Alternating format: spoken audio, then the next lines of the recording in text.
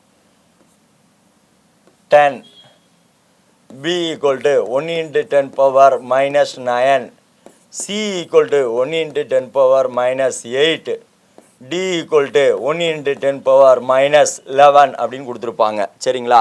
இதில் நீங்கள் என்ன பண்ணணும், என்ன கேட்டிருக்காங்க, ஹைட்ராக்சைடு அயனியின் செறிவு.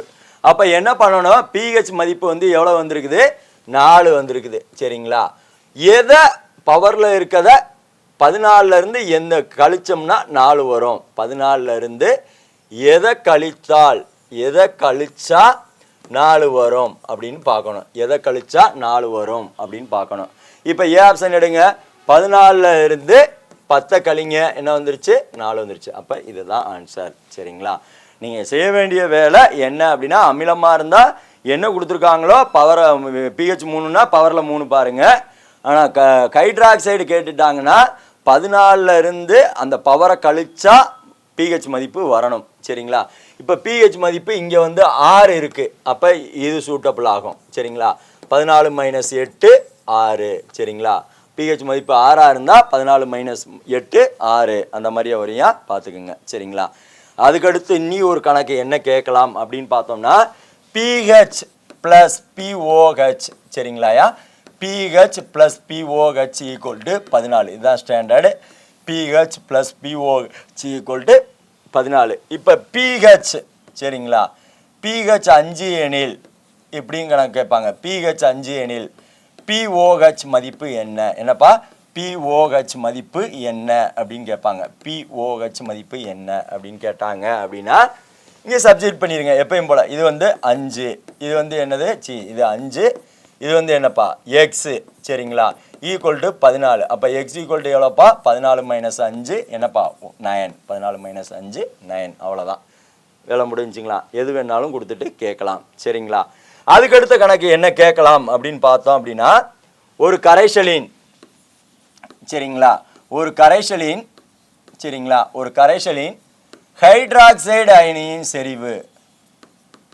சரி, ஒரு கரைசலின் ஹைட்ராக்சைடு, சரி, ஹைட்ராக்சைடு அயனியின் செறிவு, ஹைட்ராக்சைடு அயனியின் செறிவு, அயனியின் செறிவு, சரிங்களா, அயனியின் செறிவு 1 into 10 power minus 9 எனில், 1 into 10 power minus 9 எனில் அக்கரைசலின் POH மதிப்பு, அக்கரைசலின் POH மதிப்பு என்ன அப்படின்னு கேட்பாங்க. அக்கரைசலின் POH மதிப்பு என்ன, அக்கரைசலின் POH மதிப்பு என்ன அப்படின்னு கேட்பாங்க. அக்கரைசலினுடைய POH மதிப்பு என்ன அப்படின்னு கேட்பாங்க. அப்போ என்ன பண்ணணும் அப்படின்னு பார்த்தீங்க அப்படின்னா, இப்போ ஏ ஆப்ஷனில் வந்து என்ன கொடுத்துருப்பாங்க 5, பி ஆப்ஷனில் 7, சி ஆப்ஷனில் 9, டி ஆப்ஷனில் ஒரு 8. நீங்கள் பார்த்தோன்னே என்ன அடிச்சிருவீங்க அவசரப்பட்டு, ஒரு கரைசலின் ஹைட்ராக்சைடு அயனியின் செறிவு 1 into 10 power minus 9 எனில் அக்கரைசலின் POH மதிப்பு. அப்போ இது ஹைட்ராக்சைடாக இருக்குது. அப்போ 9, 14லேருந்து 5 கழிச்சோம்னா 9 கழிச்சோம்னா 5 வரும் அப்படின்னு போட்டுருவீங்க. அப்போ என்னது தப்பு, இது வந்து என்னது தப்பு. என்ன கொடுத்துருக்காங்க, ஒரு கரைசலின் ஹைட்ராக்சைடு அயனியின் செறிவு 1 into 10 power minus 9. சரிங்களா? இங்கே என்ன கேட்டிருக்காங்க, POH கேட்டிருக்காங்க. நமக்கு என்ன வேணும், pH ப்ளஸ் POH வந்து எவ்வளவு 14. சரிங்களா? இதில் ஏதாவது இப்போ நமக்கு என்ன கேட்டிருக்காங்க, POH கேட்டிருக்காங்க. இதை எக்ஸின்னு வச்சுக்கிற போகிறோம். சரிங்களா? இது வந்து 14. அப்போ இது கண்டுபிடிச்சிட்டோம்னா கண்டுபிடிச்சிடலாமா? இப்போ ஹைட்ராக்சைடு அயனியின் செறிவு அப்படின்னா இது என்னப்பா காரம். சரிங்களா? pH கண்டுபிடிக்கிறதுக்கு ஃபார்முலா என்னப்பா, காரமாக இருந்தால் பவரில் இருக்கிறத 14லேருந்து கழிச்சு போடணும். 14லேருந்து இதை 9 கழிச்சோம்னா என்னப்பா வரும் 5. சரிங்களா? 5. அப்போ என்ன பண்ணணும், 5 ப்ளஸ் எக்ஸ் ஈக்குவல் டு 14.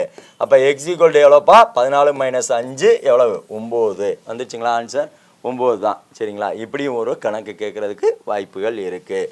சரிங்களா? அடுத்த கணக்கு, கந்தக அமிலத்தின், கந்தக அமிலத்தின் செறிவு, கந்தக அமிலத்தின் செறிவு 5 into H2SO4 கந்தக அமிலத்தின் செறிவு 5 into 10 power minus 5 எனில், சரிங்களா, அக்கரைசலின் pH மதிப்பு, கந்தக அக்கரைசலின் pH மதிப்பு, சரிங்களா, அக்கரைசலின் pH மதிப்பு என்ன அப்படின்னு கேட்பாங்க. அக்கரைசலின் pH மதிப்பு என்ன அப்படின்னு கேட்பாங்க. அப்போ என்ன பண்ணணும் அப்படின்னு பார்த்தீங்க அப்படின்னா நீங்கள் வாட்டுக்கல கந்தக அமிலம் அமிலம்னே கொடுத்துட்டா சார் சொன்னார்ல பவரில் 5 இருந்துச்சுன்னா 5 போட்டக்கூடாது. இங்கே வந்து என்ன இருக்கணும், இங்கே 1 இருந்தால் தான் அந்த ஃபார்முலா. இப்போ வந்து ஹைட்ரஜன் கந்தக அமிலம் இவர் யாருப்பா, வேதிப்பொருள்களின் அரசன், ஆயில் ஆஃப் விட்ரியால், விட்ரியால் எண்ணெய் என்ன முறையில் தயாரிக்கப்படுகிறது, தொடுமுறை கான்டாக்ட் ப்ராசஸில் தயாரிக்கப்படுகிறது. இதுதான் வந்து என்னது, கார் மின்கலங்கள் உள்ள அமிலம். சரிங்களா, இதுதான். சரிங்களா, வேதிப்பொருட்களின் அரசன்னா இவர், திரவத்தின் அரசன்னா அக்வாரிஜியா. சரிங்களா, இதை வச்சு இப்போ வந்து ஒரு அமிலமா காரமா எதை வச்சு சொல்கிறோம், ஹைட்ரஜன் தான். இது வந்து என்னது, 2 ஹைட்ரஜன் இருக்குது. இது டைபேசிக் ஆசிட். இது என்னப்பா, டைபேசிக் ஆசிட். இது வந்து என்ன ஆசிட், டைபேசிக் ஆசிட். 2 கந்தக அமிலம் இருக்கிறதுனால 2 ஹைட்ரஜன் இருக்கிறதுனால அப்போ என்ன பண்ணணும், இந்த டேமை மட்டும் எதால் பெருக்கணும் அப்படின்னா 2ஆல் பெருக்கணும். 5 × 2 = 10⁻⁵. அப்போ என்ன ஆயிரும், 10 × 10⁻⁵. நமக்கு இங்கே என்ன வரணும், 1 வர்ற மாதிரி இருந்தால் ஈஸியாக pH ஷார்ட்டாக கண்டுபிடிச்சிடலாம். அப்போ இதை என்ன பண்ணலாம், 1 × 10⁻⁴ எழுதிக்கலாமாப்பா, எழுதலாம். சரிங்களா, 1 × 10⁻⁴ எழுதிக்கலாம். அப்போ ஆட்டோமேட்டிக்காக இப்போ pH எவ்வளவு, 4. அவ்வளோதான். இது ஒரு கேட்டகரியில் கேட்குறதுக்கு வாய்ப்புகள் இருக்குது. சரிங்களா, அதுக்கடுத்து வந்து பார்த்தோம் அப்படின்னா பாலோட pH இப்படி கொடுப்பாங்கப்பா. என்னது, பாலோட pH எவ்வளவு, 8. பாலோட pH வந்து 6.5. கடல் நீர் pH, சரிங்களா, கடல் நீர் pH எவ்வளவு அப்படின்னா 8.5 அப்படின்னு உதாரணத்துக்கு சொல்கிறேன். அவங்களே கொடுத்துருவாங்க. 2 pH வேல்யூ கொடுத்துருவாங்க. கொடுத்துட்டு கடல் நீரில் உள்ள ஹைட்ரஜன் அயனியின் செறிவு, கடல் நீரில் உள்ள ஹைட்ரஜன் அயனியின் செறிவு, கடல் நீரில் உள்ள ஹைட்ரஜன் அயனியின் செறிவு, ஹைட்ரஜன் அயனியின் செறிவு. சரிங்களா, ஹைட்ரஜன் அயனியின் செறிவு மழைநீரில் உள்ள மழைநீர்ன்ற பாலில் உள்ள ஹைட்ரஜன் அயனியின் செறிவை விட, பாலில் உள்ள ஹைட்ரஜன் அயனியின் செறிவை விட, பாலில் உள்ள ஹைட்ரஜன் அயனியின் செறிவை விட, பாலில் உள்ள ஹைட்ரஜன் அயனியின் செறிவை விட, அயனியின் செறிவை விட, அயனியின் செறிவை விட எத்தனை மடங்கு அதிகம், செறிவை விட எத்தனை மடங்கு அதிகம் அப்படின்னு கேட்பாங்க. எத்தனை மடங்கு அதிகம் அப்படின்னா 1. இது ஷார்ட்கட் என்னன்னா 1 போட்டுக்குங்க, 2ஐயும் கழிங்க. அப்போ கழிச்சோம்னா 8.5ல் 6.5 போச்சுன்னா 2. அப்போ 2னா 2 அதிகம். எத்தனை மடங்கு அதிகம் அப்படின்னா 100 மடங்கு அதிகம். அவன் ஆப்ஷன் எப்படி வைப்பான் அப்படின்னா 10 மடங்கு அதிகம், 100 மடங்கு அதிகம், 1000 மடங்கு அதிகம், 10,000 மடங்கு அதிகம் அப்படின்னா நல்லா பார்த்துக்குங்க. டிஃப்ரென்ஸ் எதுக்கு தான் 0. எப்பயுமே காமனாக 1 போட்டுக்குங்க. 1 போட்டுட்டு எத்தனை டிஃப்ரென்ஸ் வருதோ அத்தனை 0 சேர்த்துக்குங்க. இப்போ உதாரணத்துக்கு 3, 4 அப்படின்னா என்னது, 1 மடங்கு, 1 0, 10 மடங்கு அதிகம். 7, 3 அப்படின்னா எத்தனை மடங்கு, 10,000 மடங்கு அதிகம். சரிங்களா, இதுதான்ப்பா pH வேல்யூ கண்டுபிடிக்கிறதுக்கு. இதிலேருந்து கண்டிப்பாக வரக்கூடிய எக்ஸாமில் ஒன்று பார்க்கலாம். சரிங்களா.